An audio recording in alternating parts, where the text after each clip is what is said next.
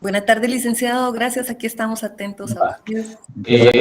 Lo que pasa es que, disculpe que le subí las notas preliminares ahorita porque me está costando con eso que solo una mano puedo usar, entonces calificar las zonas y subir y después agregarlo al cuadro oficial me está costando, pero se lo subí en PDF, solo el examen, ¿verdad? Eso que está publicado ahí es solo el examen.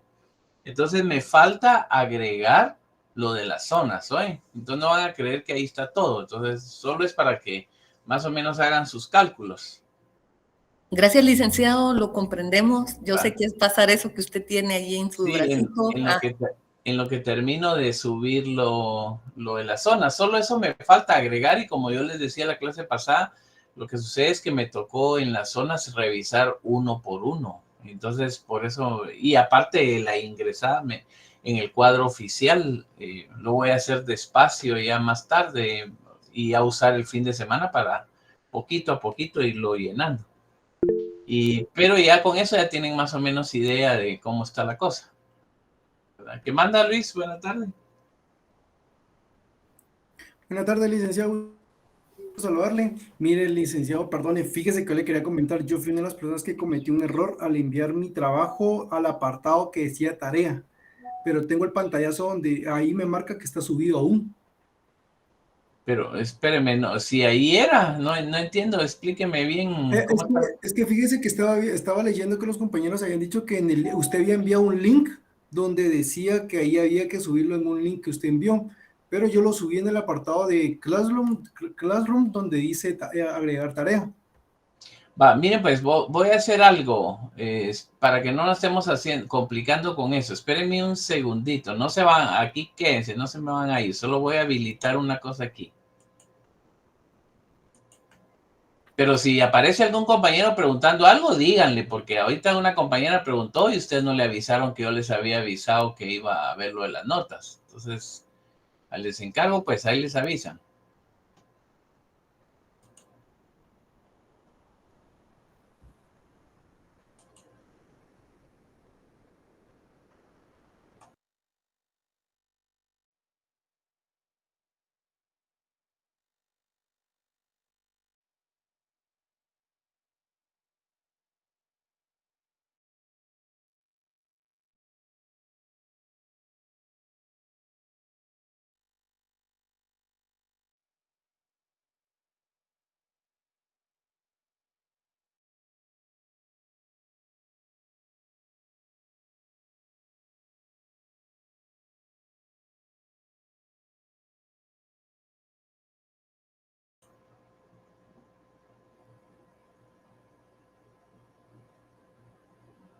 Va, miren pues, Luis y compañeros, vean compañeros, si alguno de ustedes tiene problema que mandó el trabajo a donde no era, digamos que si lo mandaron al tablón, deben mandarlo al formulario, ¿va? Al formulario, porque si no, me queda a mí por otro lado y anda perdido, ¿va? Entonces, Luis y compañeros, si alguno de ustedes tiene problema que lo mandó donde no era, entonces mándenlo. Ahorita acabo de habilitar el link del formulario. Entonces vuelvan a entrar al formulario, Luis, métase al tablón, ahí está el link. Métase y Sí, ahorita voy a ingresar.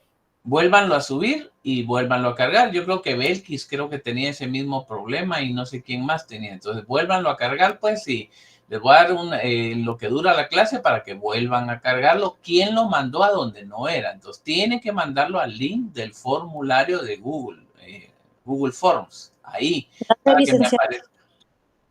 ¿Ya? Por favor, entonces, en lo que estamos platicando aquí, vayan haciéndolo ahí. Carol, ¿qué manda? Buenas tardes, licenciado. Nada más como una consulta. Al principio yo también hice lo mismo que Luis, pero luego cuando ya se habilitó el link que usted, donde había que mandarlo, el formulario, perdón, donde había que mandarlo, yo anulé la entrega y lo mandé en el formulario. Pero no sé cómo quedó ahí entonces. Quedó bien. ¿Cuál es su...? Bueno, no puedo verlo ahorita, no le ofrezco porque si no ahorita me nos vamos a perder. Espéreme un segundito, espéreme. Espérense. ¿Cuál es su carnet, Carol? 2019 04501. 04. Tuve suerte, ahí me quedó. Sí, es Mimi KGM 29. Sí, ahí está. Ok, gracias, Luis. Va. Entonces, Belkis, aproveche Belkis, ahorita que está callada, vaya a hacer eso de una vez. Y no sé quién más. Byron, ¿qué manda? Buenas tardes, licenciado. Solo yo hice la misma situación que Carol, pero no sé si lo envié correctamente para verificar si usted me tiene registrado. ¿Cuál es su carnet? Es 2002 12-26-2. 2002. Espéreme, es que eso me tarda porque yo aquí no lo tengo. Espere. Voy a hacer otra cosa.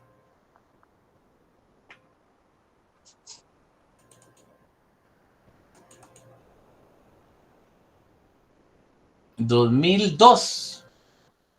Sí, así es. 12-26-2. 2002, 12-26-2. Byron René, sí. Muchas gracias, licenciado. Muy amable. Sí está. Vamos a ver. Espérense, ¿dónde ando? Ya me perdí dónde andaba. Por ustedes, aquí estoy. Listo, licenciado, sí me dejó enviarlo. Le agradezco bastante. Ya está, Luis. Sí.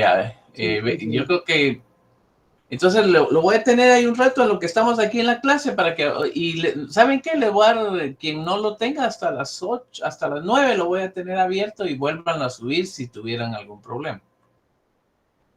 ¿Verdad? Los que tuvieron problema y los que no lo mandaron, aprovechen hasta las 9 para mandarlo o lo que sea. Dani, ¿qué manda? Licenciado, buenas noches. Disculpe, entonces la nota que nos mandó ahorita es solo del examen, ¿va? 16, o sea... Ahí, así como dice en el tablón, así como dice ahí es cabalmente, ¿eh? Bueno, gracias, licenciado. Ahí está que es preliminar. Bueno, Mario. Licenciado, buenas tardes. Una consulta, yo acabo de entrar, entonces solo medio escuché, yo creo que está hablando sobre los diplomas, ¿va, licenciado? Sí. Que había que mandar. Va. Yo sí ya lo mandé, gracias, licenciado. No, si lo mandó correcto, ya no haga nada. Yo lo que estoy diciendo es que si lo mandó a donde no era, si lo mandaron al tablón, o si hubo alguien que no lo mandó, que se le olvidó, que se le pasó, aprovechen ahorita que abrí el link y háganlo. Ahorita somos, si lo vamos a apoyar a Luis en eso, pues también a los demás, va. El derecho de igualdad. Gracias, licenciado, muy amable. Pues ya no hay más, compañeros, entremos a clases, pues, porque ya va a terminar el semestre, no tengan pena, ya se van a librar de nosotros. Bueno, número dos comentarios. Esperamos que el asunto de Israel, compañeros, no se haga más grande. Ojalá vieron lo que pasó ayer. Cabalmente hemos hablado del tema de un hospital. Ojalá no vuelva a pasar eso, ¿verdad? Pero hoy vamos a hablar unos minutos de eso para ir ya identificándonos en ese tema. O les voy a subir de una vez un video que es muy interesante, que ahí está la explicación para que vayan viendo. Esperamos que entonces el asunto de Israel con Hamas no termine en Tercera Guerra Mundial, pero anoche estaba muy complicado y hoy está bastante complicado. Ojalá no pase nada. Y número 2, esperamos que la situación en nuestro país también no se haga más grande. La Corte de Constitucionalidad emitió una resolución el día de hoy bastante fuerte y que implica medidas bastante fuertes. Esperamos que la situación en el país hoy y mañana no se haga más grande y ojalá ya se le ponga fin a este conflicto y podamos retornar a la normalidad. Mientras tanto, aprovechamos entonces donde nos habíamos quedado. Cuando nosotros terminamos el segundo parcial, nosotros prácticamente revisamos las garantías constitucionales más importantes en materia de derechos humanos que tiene la Constitución. Las más importantes, no las únicas, porque hay muchas que no pudimos ver porque nos llevaría demasiado tiempo. Pero sí repasamos los aspectos más importantes de los derechos humanos, tanto en la parte individual como en la parte colectiva. Y algo que hemos venido insistiendo siempre con ustedes es que si se violan los derechos humanos, el responsable de la violación de derechos humanos es el Estado. Y ahorita que empecemos a ver ya el material que yo les voy a mandar a ustedes, en donde vemos la comparación entre los derechos humanos y el derecho internacional humanitario, vamos a ver otros aspectos que también nos ayudan para ir entendiendo mejor el concepto de los derechos humanos. Una cuestión importante que vale la pena recordar ahorita en este tema de los derechos humanos es esa posibilidad de que se suspendan, ¿verdad? Bueno, o empezando en orden. Hablamos en primer lugar, por ejemplo, de la igualdad constitucional, la tutela constitucional. Hablamos de eso, hablamos del derecho de acción, la libertad de acción. También repasamos los aspectos relacionados a la detención, las garantías de la detención, los plazos para procesar a una persona, para llevarlo a iniciar el proceso penal. Hablamos de el interrogatorio extrajudicial y las limitaciones que tiene el interrogatorio extrajudicial. Y también hablamos del derecho de defensa, del derecho de principio de inocencia, etcétera, del acceso a la información, el derecho de saber lo que de mí consta, el habeas data, y también vieron ustedes información a través de videos en relación, por ejemplo, al artículo 28, al derecho de petición constitucional, un poquito del libre emisión del pensamiento. De eso no adentramos mucho porque eso es más extenso. Y por último, hablamos del derecho de trabajo, no propiamente del trabajo, sino que el trabajo es un derecho, de las garantías mínimas e irrenunciables, de la supremacía constitucional, de la contradicción ante la Constitución y la nulidad ipso iure. Y por último, un video que ustedes vieron sobre la vigencia de los derechos humanos y la suspensión de los derechos humanos. Y esta parte que establece que los derechos humanos se pueden suspender, ¿verdad? Y como lo vieron ustedes en la Constitución, en el artículo 138 y 139, en determinadas circunstancias los derechos humanos se pueden suspender. Bueno, y alguna comparación que fuimos haciendo con el Pacto de San José. Entonces, ahorita que entramos ya para el área final de nuestro contenido, vamos a hablar un poquito del Pacto de San José y vamos a hablar de otros instrumentos que son importantes, como la Declaración Universal de los Derechos Humanos y como la Convención de Viena sobre el Derecho de los Tratados. Esa parte me falta de los derechos humanos. Y además incorporar lo que yo les había planteado del derecho internacional humanitario. Ahora, algo que quería yo también mencionarles a ustedes es que eventualmente, en algún momento, fíjense, bueno, les quiero compartir mejor. Yo he tenido la oportunidad de representar al Estado de Guatemala como defensor del Estado de Guatemala ante la Comisión Interamericana de Derechos Humanos y ante la Corte Interamericana de Derechos Humanos. Pero quería mencionar el tema de la Comisión Interamericana de Derechos Humanos porque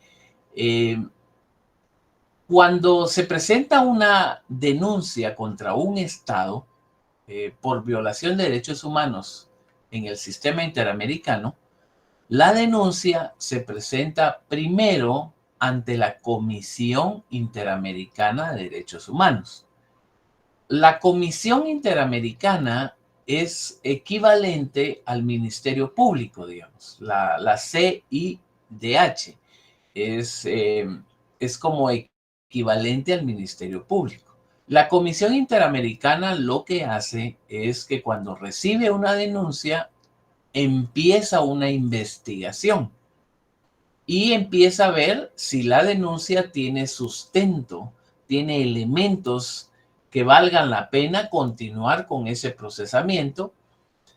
También al recibir la denuncia, si ve que es que tiene algo de fundamentación, que tiene alguna sustento de fundamentación, entonces lo que hace la Comisión Interamericana es que declara un periodo de audiencias que más o menos es entre octubre y noviembre de cada año, en donde llama a los estados que están en conflicto y llama por ejemplo, al estado, en el caso mío, llama en YouTube, por ahí anda un video en YouTube donde yo estoy ahí en la Comisión Interamericana.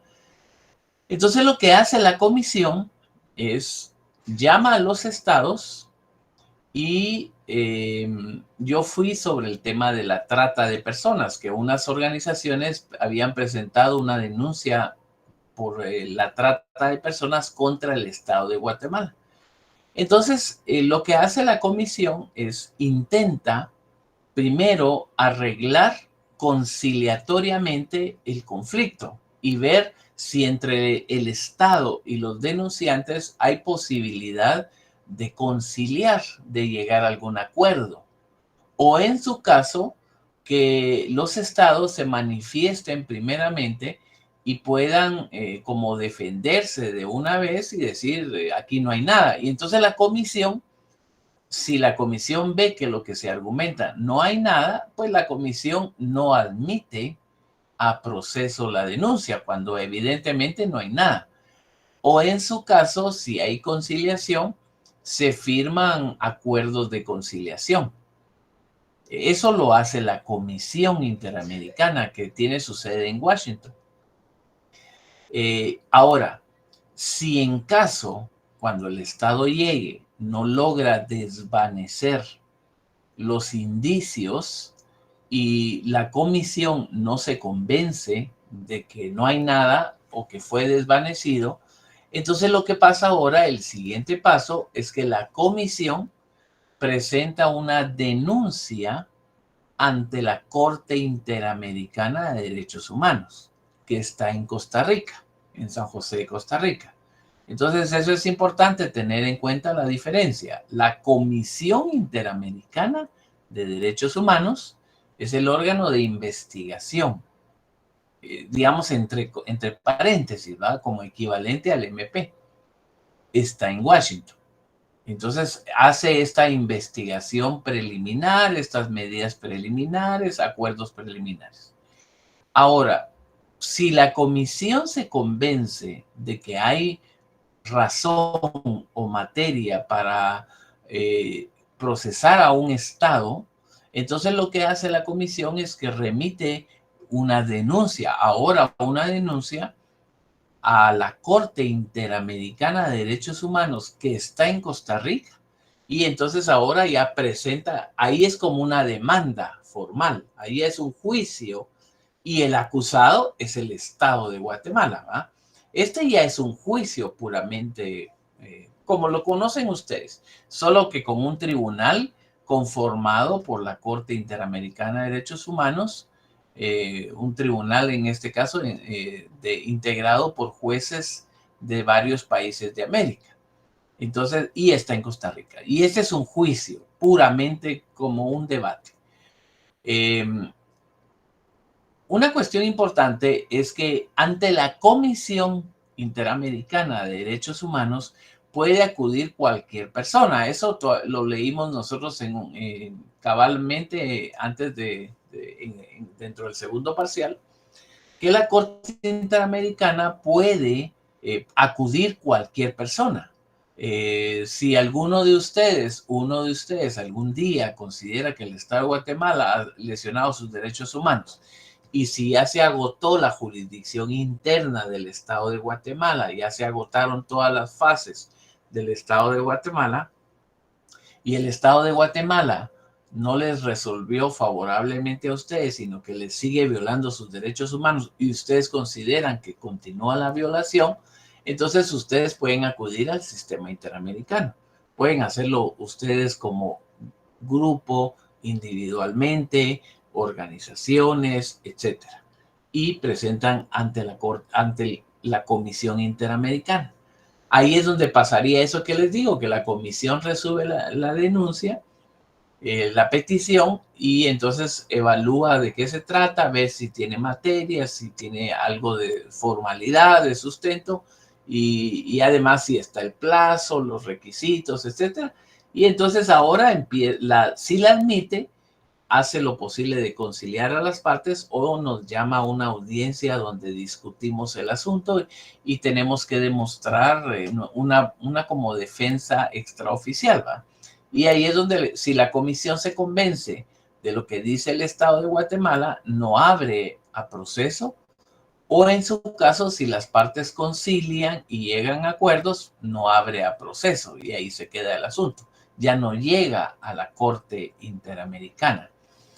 Si estuvieron ustedes escuchando las elecciones pasadas, eso fue lo que pasó con Suri Ríos.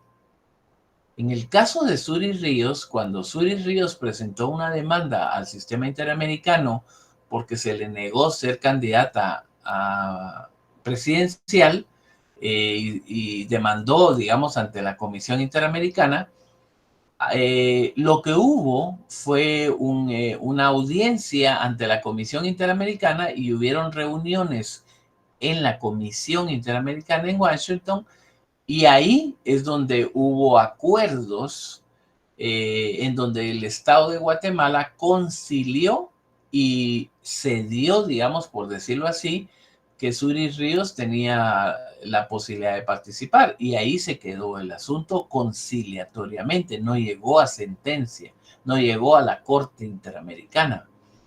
Y así siguió. Bueno, pudo haber pasado que algún tribunal guatemalteco no aceptara esa conciliación porque no estaban obligados para ese momento y no inscribirla.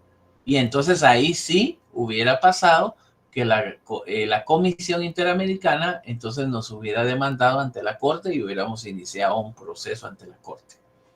Ese es el procedimiento primario. Y si entonces la comisión se convence que sí hay elementos necesarios para continuar, entonces la comisión presenta una demanda ante la Corte. Entonces lo que yo les estaba diciendo es que ante la comisión puede ir cualquier persona, grupos de personas, organizaciones que está en Washington y se puede mandar por correo electrónico la denuncia, se puede mandar por fax, se puede mandar por mensajería, por DHL o pueden ir ustedes directamente a presentarla, ¿verdad? Eso es lo que se hace con la comisión. Ahora, ante la Corte Interamericana de Derechos Humanos que está en Costa Rica, ante la Corte, ahí no puede ir cualquiera, ahí solo puede presentar la denuncia la comisión y llegan los estados. Ahí sí no podrían ir ustedes individualmente ni organizaciones ante la Corte que está en Costa Rica. Ahí no, ahí solo es la comisión. Por eso es que pasa como ese filtro primero, ¿va? El filtro de la comisión y de ahí se decide si llega a la Corte. Ahora, en la Corte, tanto la comisión como la Corte, digamos, evalúan en su proceso ciertas condiciones. Y aquí es importante que recuerden, el acusado aquí es el Estado, ¿verdad?, de Guatemala. No es la Policía Nacional, no es el Ejército, no es la Universidad de San Carlos, no es el Ministerio Público. No, aquí el acusado es el Estado de Guatemala como tal. Ahora, pero aquí yo les quería comentar algo que es importante que ustedes también lo tengan presente. ¿Se puede defender el Estado de Guatemala ante una acusación ante la Comisión Interamericana o ante la Corte Interamericana de Derechos Humanos? Es decir, puede nombrar sus abogados defensores para ese proceso. Pues sí se puede, sí se puede, porque si no, no sería un proceso legal. Si el Estado no se pudiera defender, no sería un justo proceso. Entonces sí se puede, que eso era lo que yo les decía, que he tenido oportunidad yo de comparecer en esos casos ante la comisión y ante la Corte. Ahora, sí se puede defender al Estado. El Estado no crean ustedes que todos los casos que llegan a la corte resulta que Guatemala es condenada. No, hay muchos casos donde Guatemala gana. Ahora, pero ¿cómo se puede defender el Estado de Guatemala? ¿Cómo se puede defender de una demanda ante la Corte Interamericana de Derechos Humanos o ante la Comisión Interamericana de Derechos Humanos? Entonces, eso es lo que quiero que compartamos ahorita. Yo voy a compartirles a ustedes cómo se puede defender el Estado ante una denuncia. ¿Alguno de ustedes alguna vez va a trabajar seguramente en la PGN, en la Procuraduría General de la Nación, o en COPADE se llama ahora, o en alguna institución que se ve involucrada, como en este caso, me pasó a mí que me correspondió llegar y hablar en nombre de las instituciones del Estado de Guatemala para la defensa de sus derechos del Estado. Entonces vean aquí un listadito de condiciones que se pueden hacer para que el Estado no resulte condenado. Cuando ustedes sean asesores o, por ejemplo, usted sea ministro, bueno, primero, ojalá de ustedes haya presidente de la República o presidenta, aunque el término correcto es presidente, ¿va? Pero haya presidente o presidenta, como quieren decir, diputadas, ministras, ministros, magistrados, funcionarios, o cuando sean asesores, consejeros jurídicos en unas instituciones, etcétera. Es bueno pero ustedes sean parte del Estado.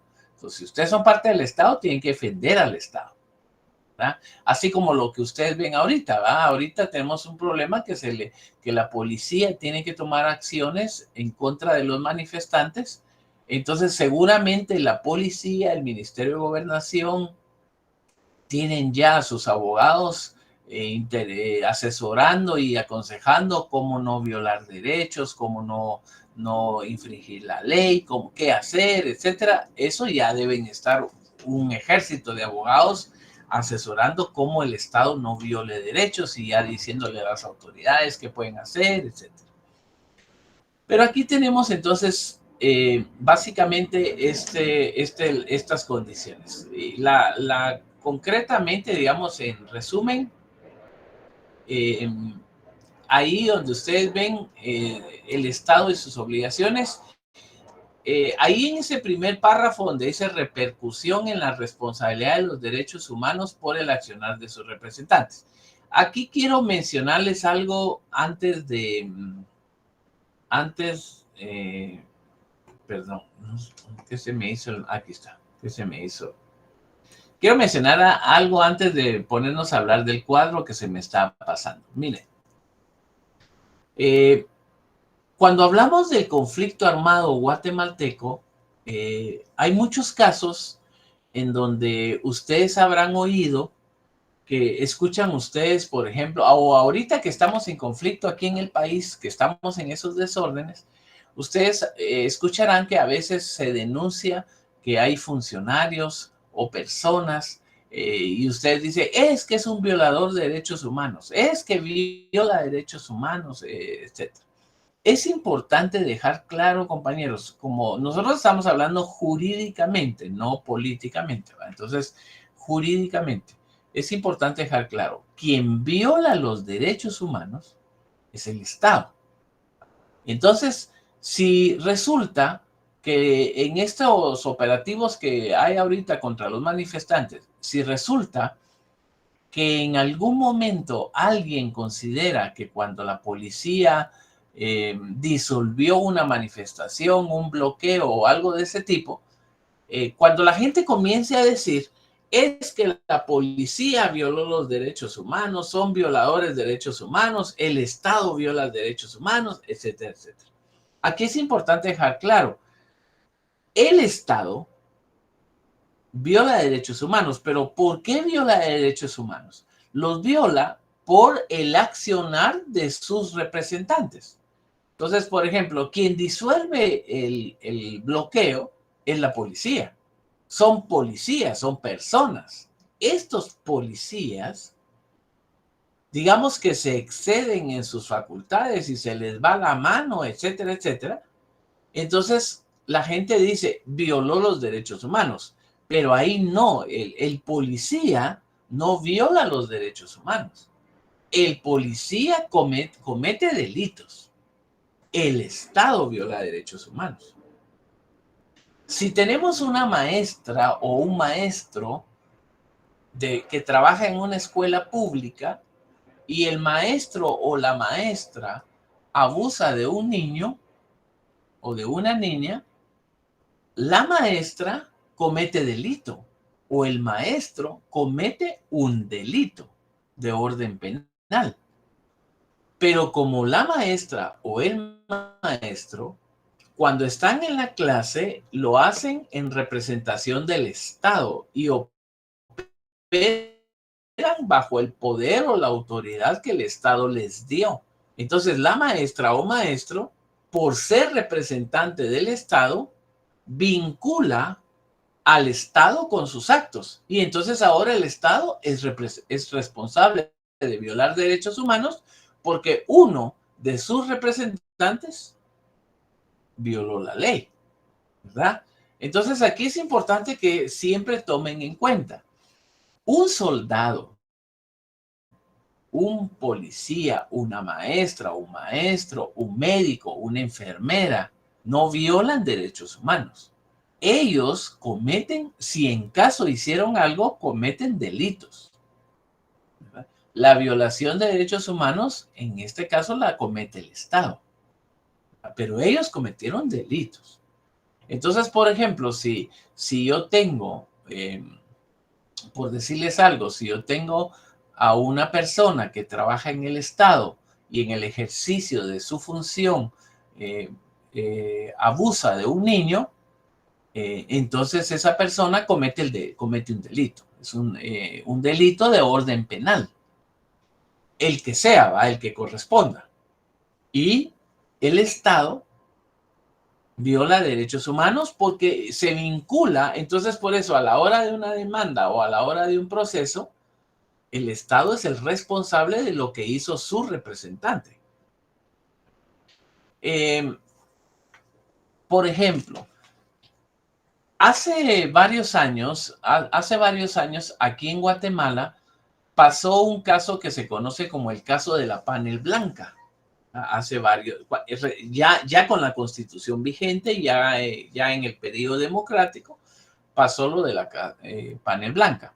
Lo de la Panel Blanca era un caso en donde unos miembros de la policía, antes en Guatemala habían dos clases de policía. Aquí en Guatemala, allá por antes del año 86, 87, para atrás habían dos policías en Guatemala, una que se llamaba la Policía Nacional y la otra, la que se llamaba la Guardia de Hacienda. Por eso algún día van a ver ustedes por ahí que se menciona la Guardia de Hacienda en Guatemala. Entonces resulta que empezaron a aparecer que cuando habían reos que eran liberados de la cárcel, de Pavón, por ejemplo, habían unos reos que los liberaban de Pavón y cuando iban caminando para su casa, un carro blanco, una camionetilla blanca aparecía de noche, los secuestraba, los desaparecía y aparecían muertos después a los días estas personas. Y si había un asaltante en la Avenida Reforma, por ahí, entonces este carro blanco llegaba, secuestraba a la persona, la metía en el carro y aparecía muerta después. Por eso es que el caso se le llamó la Panel Blanca, porque era un carro blanco, una Panel Blanca. Bueno, resulta que en una ocasión, allá por la zona 15, este carro blanco secuestró a un reo y lo traían secuestrado, pero fueron capturados por la Policía Nacional. Y cuando capturan a estas personas, la Policía Nacional, resulta que adentro del carro venían más de 6 guardias de Hacienda, que también eran policías, ¿verdad? Que eran del Estado de Guatemala. Y parece ser que lo que se había pasado era que se había organizado a un grupo de policías que andaba haciendo lo que se le llama a veces limpieza social. O sea, limpieza social se le llama a eso cuando fuerzas armadas o grupos paramilitares o ocultos comienzan a secuestrar personas que son delincuentes o que son mareros o que los matan y los dejan tirados por ahí. Entonces es como limpiar, ¿va? Por eso se le llama limpieza social. Claro que eso es totalmente ilegal, ¿va? Porque eso es tomar la justicia por propia mano. Entonces resulta que cuando la policía captura a los de la Panel Blanca, eran policías. Entonces, esa policía, la Guardia de Hacienda, tenía su sede en la zona 6, allá por Cipresales, por donde está Cipresales, al final del barrio San Antonio, por donde está en la zona 6, por el Martinico, donde está un instituto que se llama Enrique Gómez Carrillo, ¿verdad? Instituto Impulsor de la Mente, es un hombre, figura latente en pro de su ideal Yo Confío. Ese es el himno del Gómez Carrillo, porque yo estudié en el Gómez Carrillo mi básico. Entonces, ahí estaba la Guardia de Hacienda.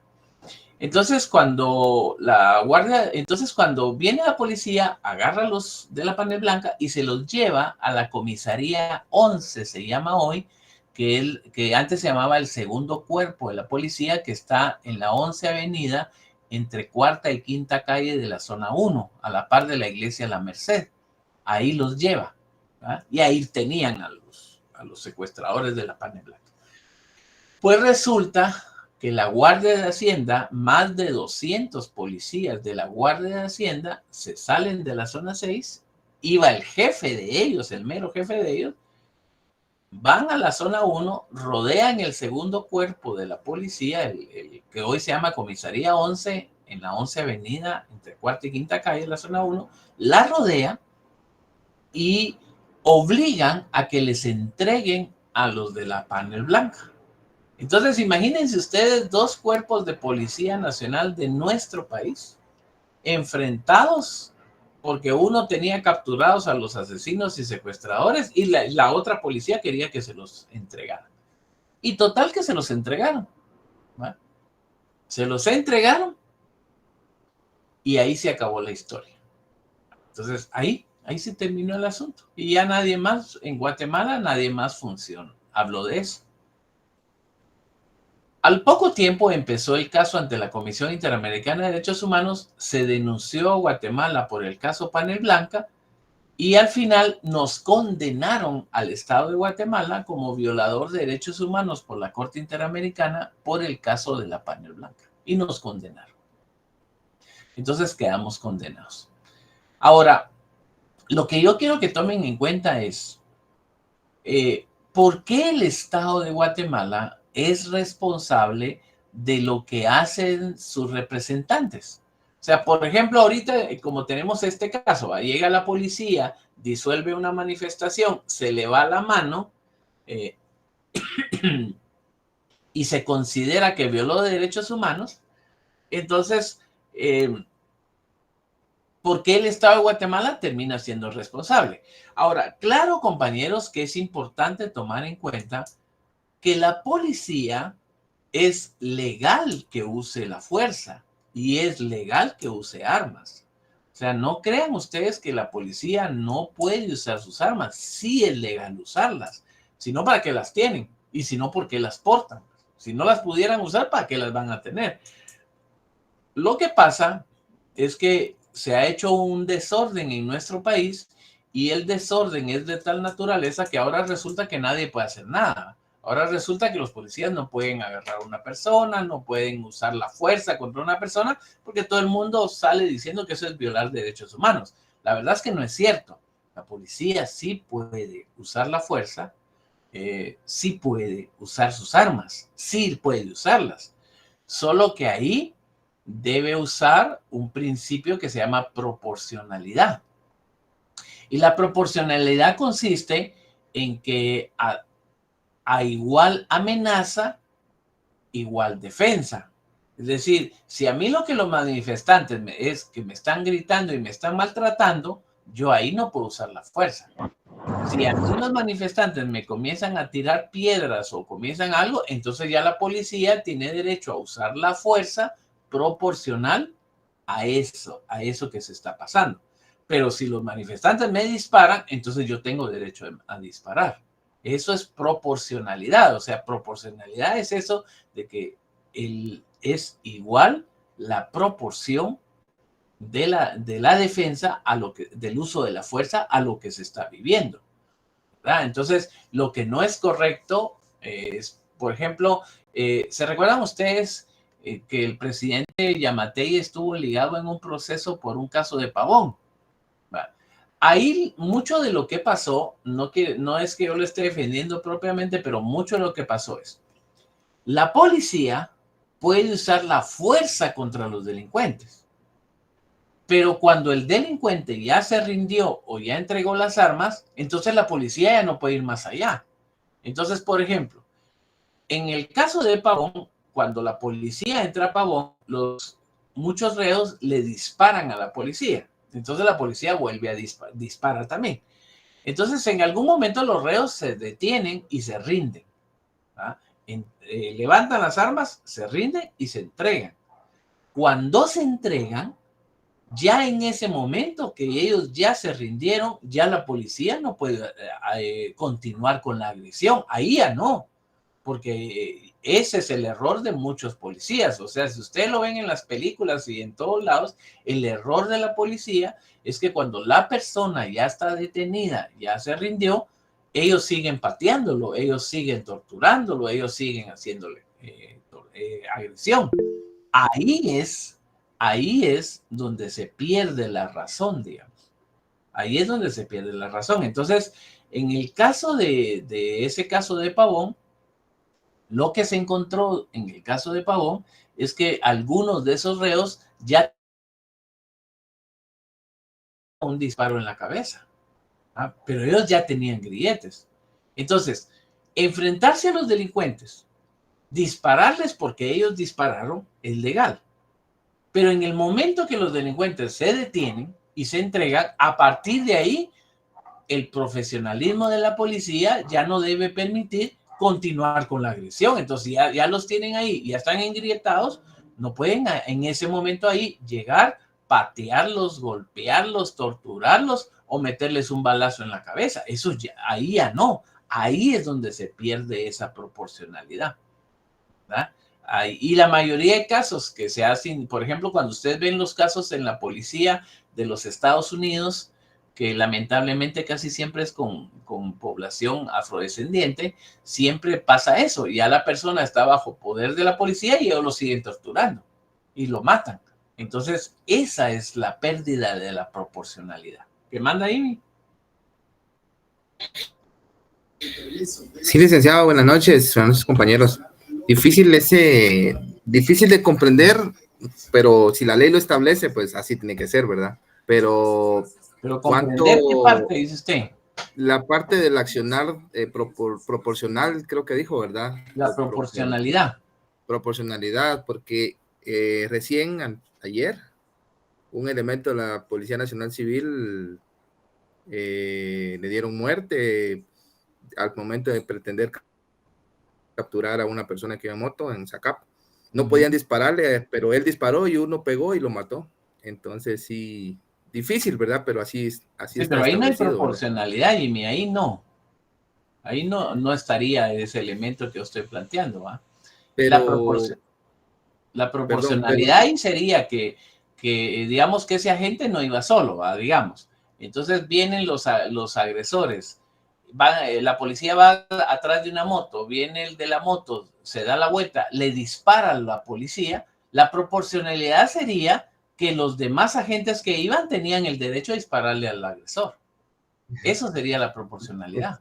Sí, exactamente, sí. Lo que le digo yo que qué difícil para la autoridad, por ejemplo, la policía, tener que esperar primero a ver si le tiran para poder reaccionar, ¿verdad? Básicamente, ¿verdad? Sí, por eso hay protocolos y por eso hay preparación, ¿verdad? Porque por eso es que se prepara, por eso es que se les dice, por eso es decir, no es como decir, vean, no es cierto esa parte de que diga yo, por ejemplo, voy a esperar que me dispare y si él me dispara, yo le disparo. No, hay principios, digamos, hay características. Hay amenaza inminente, hay el elemento de que, por ejemplo, ya la persona se baja del carro, trae el arma de fuego desenfundada. Ahí, eso ya, yo policía no me debo quedar esperando ahí. Digamos, por ejemplo, si yo detengo un vehículo y del vehículo se baja una persona y cuando se baja la persona trae arma de fuego, digamos, en la cintura, entonces yo policía, mi formación, mi especialidad me indica que tiene el arma de fuego en la cintura. Entonces yo ahí lo que hago es un mensaje de advertencia en cuanto a que, mire, deje el arma ahí, pero me preparo con la mía, digamos, ¿verdad? Pero no la saco y no le disparo, ¿verdad? Si cuando yo detengo el vehículo, la persona se baja y trae el arma de fuego en la mano, entonces mi formación me va a indicar que nosotros los policías desenfundamos nuestra arma de fuego y le apuntamos y le advertimos, deje su arma. ¿Verdad? Pero no quiere decir que me quedo yo solo esperando a ver si me disparan. No, yo desenfundamos y le amenazamos, deje su arma. Y si vemos que hace movimiento de agresión, ahí ya está validada la proporcionalidad. Ahí es válida la proporcionalidad. Lo que pasa es que no, por eso es que los policías, de eso vamos a hablar ahorita, lo que sigue ahorita, pero la proporcionalidad es esa, digamos, en el ejemplo que pone Imi, si el ladrón iba en la moto, se voltea y nos dispara, la proporcionalidad de nosotros es desenfundamos o ya se supone que llevábamos las armas de fuera y entonces nosotros ahora le disparamos también. Eso es proporcionalidad. Ahora, la proporcionalidad se pierde cuando ya la persona ya no está en condiciones de atacarnos, ¿va? Eso lo vamos a ver en el derecho internacional humanitario también.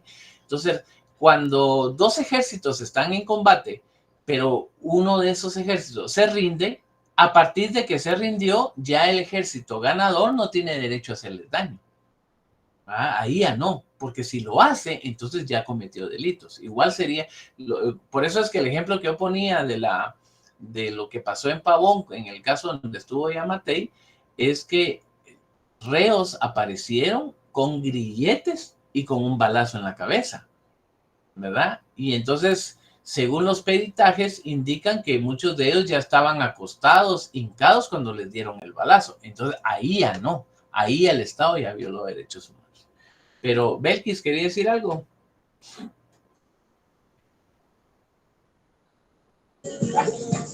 Solo comentario, licenciado, pero yo ya lo entendí muy bien la proporcionalidad. El comentario que quería hacer, como ya lo indico, usted ya lo explicó, es que, ¿cómo se llama? Se pierde la proporcionalidad, o cuando hay proporcionalidad, cuando una persona llega armada, y están la policía y está el delincuente, ve que va con el arma, y la policía tiene como el derecho a defenderse, como el derecho a no esperar a que le disparen, sino no necesariamente lo tendría que matar, sino desarmarlo, apuntándole en partes que no vaya a atentar contra su vida, ¿verdad? Entonces se perdería la proporcionalidad cuando el policía, viendo que va con el arma, viene y le tira a matar. Ahí también se pierde la proporcionalidad, al menos así lo entiendo. Bueno, no sé si estoy equivocada. No es tan así, Belki, sí podría matarlo, digamos. ¿Se recuerdan cuando ustedes estudiaron la legítima defensa? Es parecido al tema de la legítima defensa, ¿verdad? En el artículo 23, 24, 23 del Código Penal, cuando estudiaron la legítima defensa. Lo que pasa es que si estamos hablando de armas, hay acciones o hay momentos donde hay que reaccionar, porque yo no voy a estar esperando, puede ser muy tarde y ahí acuérdense que mi vida está de por medio. Si yo llego a un lugar y una persona saca un arma de fuego y hace el gesto de apuntarme, yo no voy a esperar a que él tenga la oportunidad de disparar. Y además, si alguien le dispara a alguien es para defenderse, y en ese momento no voy a estar calculando que le voy a dar en una piernecita o en su pobrecito en su hombro. No, yo disparo a detener la amenaza, y si en eso lo mato, pues lo maté, pero fue legitimado, fue proporcional. No sería proporcional si, por ejemplo, es una persona que tiene la pistola en la cintura y cuando se baja del carro yo le disparo. Ahí no. Pero si la lleva en la mano, sí debo advertirle, y si hace el gesto de levantar la mano, yo debo defender mi vida y no voy a estar esperando si él tenía intenciones de darme o no darme. Ahí ya no. La proporcionalidad, Belkis, básicamente va en relación a que tengo el derecho de defenderme usando las herramientas proporcionales a la agresión que yo estoy recibiendo. Digamos, si la persona lleva un cuchillo, yo no voy a sacar un AK-47 y lo voy a ametrallar, pero sí le puedo meter un balazo, eso sí, porque aún un cuchillo es un arma peligrosa, etcétera. Pero bueno, eso ya lo verán ustedes más en penal. Ahora, lo que yo quería recordarles entonces es eso, es el tema de cómo el Estado se ve ligado por lo que hacen sus representantes. Y es ahí donde tenemos entonces, compañeros, esta parte. ¿Cómo hacemos entonces para que un Estado no asuma, aunque mi representante haga algo? Digamos, voy a aclarar eso. ¿Cómo hacemos para que el Estado, aunque mi representante haga algo, el Estado no sea condenado, no sea vinculado? Se puede hacer eso, que aunque un representante mío lo haga, yo, Estado, no resulte condenado. Sí se puede hacer eso, pero ¿qué se necesitaría para eso? Esto se los digo porque es importante que cuando sean asesores de instituciones del Estado o cuando vean ustedes ahorita la situación que está en nuestro país, lo tomen en cuenta. O cuando sean ministros, diputados, etc. Aquí es bueno. Entonces, por eso es que decía, repercusión en la responsabilidad de los derechos humanos por el accionar de sus representantes. Entonces, muy importante, compañeros, que quien viola derechos humanos es el Estado. El representante que ejecutó los actos comete delito. Entonces, el policía que hace algo indebido comete delito. El soldado que hizo algo indebido comete delito. La enfermera, el médico, la maestra, el maestro cometen delitos. El Estado viola derechos humanos. Entonces es importante que lo sepan ustedes para que no resulten un día diciendo ustedes, sí, es que este policía violó los derechos humanos. No, este policía cometió el delito de homicidio, de ejecución extrajudicial, de tortura, de abuso de autoridad. Eso hizo este policía. Y el Estado es violador de derechos humanos. Ahora, ¿cómo hacemos para que el Estado no sea responsable? Bueno, lo primero que tenemos que hacer, compañeros, es ¿cómo el Estado evita ser responsable? Bueno, número 1, haciendo una correcta selección de su personal. O sea, cuando el Estado hace una correcta selección de su personal, lo que está haciendo el Estado es una medida donde va a escoger a las mejores personas, a los mejores hombres o mejores mujeres, los que tengan las mejores cualidades según el tema que vayan a tratar, que tengan la mejor formación. Que, por ejemplo, si vamos a contratar maestras y maestros, contratamos personas que tengan las acreditaciones correctas, que tengan los cursos correctos, que tengan la formación correcta. Entonces, lo primero que debemos hacer es seleccionar a la mejor persona. No vamos a llamar no voy a contratar a la sobrina del diputado solo porque es la sobrina. No voy a contratar a mi hija o a la hija del ministro porque la hija del ministro. No. Ahí es donde entonces, si yo Estado, a mí me demandan, por ejemplo, por algo que hizo la Policía Nacional Civil, yo le voy a demostrar a los juzgados y a la corte que yo contraté a la mejor persona, que ese policía que se llama Pedro es la persona que tenía los mejores cursos, que fue el que sacó el mejor promedio, que lo evalué psicológicamente y tenía los mejores resultados, que tenía el mejor currículum, que lo investigué en su colonia, en su vecindario, y me dieron muy buenas referencias de él. Entonces, cuando la policía admite aspirantes para la academia, hizo la mejor selección. Igualmente, cuando contrato una enfermera para el Hospital Roosevelt, San Juan de Dios, etcétera, contrato a la que tiene el mejor currículum, a la que tiene la mejor formación y a la que gana las pruebas psicológicas y las evaluaciones correspondientes. Entonces, eso es lo que yo, Estado, debo hacer. Ahora, si yo, Estado, contrato a la modelo porque es modelo, o contrato a mi amiguita, o contrato a la hija del diputado, o contrato a la hija del ministro, la hija de no sé quién, o contrato a la que me pagó dinero para que la contratara, y cuando vamos a ver su currículum, son media hoja, ¿verdad? Media hoja, y eso que tiene la foto, y la foto ocupa una parte, y de ahí son 3 líneas de currículum, y yo así la contraté. Entonces, para que el Estado no sea responsable, una de sus primeras obligaciones es hacer la mejor selección, la correcta selección de su personal. Igual pasa con los médicos, con las enfermeras, con los policías, etc. Eso sería el primer paso. El segundo paso que el Estado debe hacer para no tener ningún problema con lo que haga su personal es hacer una correcta formación y capacitación de su personal. Entonces yo yo acepto aspirantes a la escuela de la policía. Hice la mejor selección. Ahora, ¿qué hago? Debo velar por una correcta formación y capacitación. Era de lo que Jimmy mencionaba, ¿va? ¿Cuál es la diferencia entre ustedes y los policías? Pues que los policías deben haber recibido cursos de uso de arma de fuego, estrategias de defensa, estrategias de conciliación, etcétera. Recibieron formación en amenazas psicológicas, estabilidad emocional y todo lo que sea necesario. Entonces yo voy a formar correctamente a mi personal.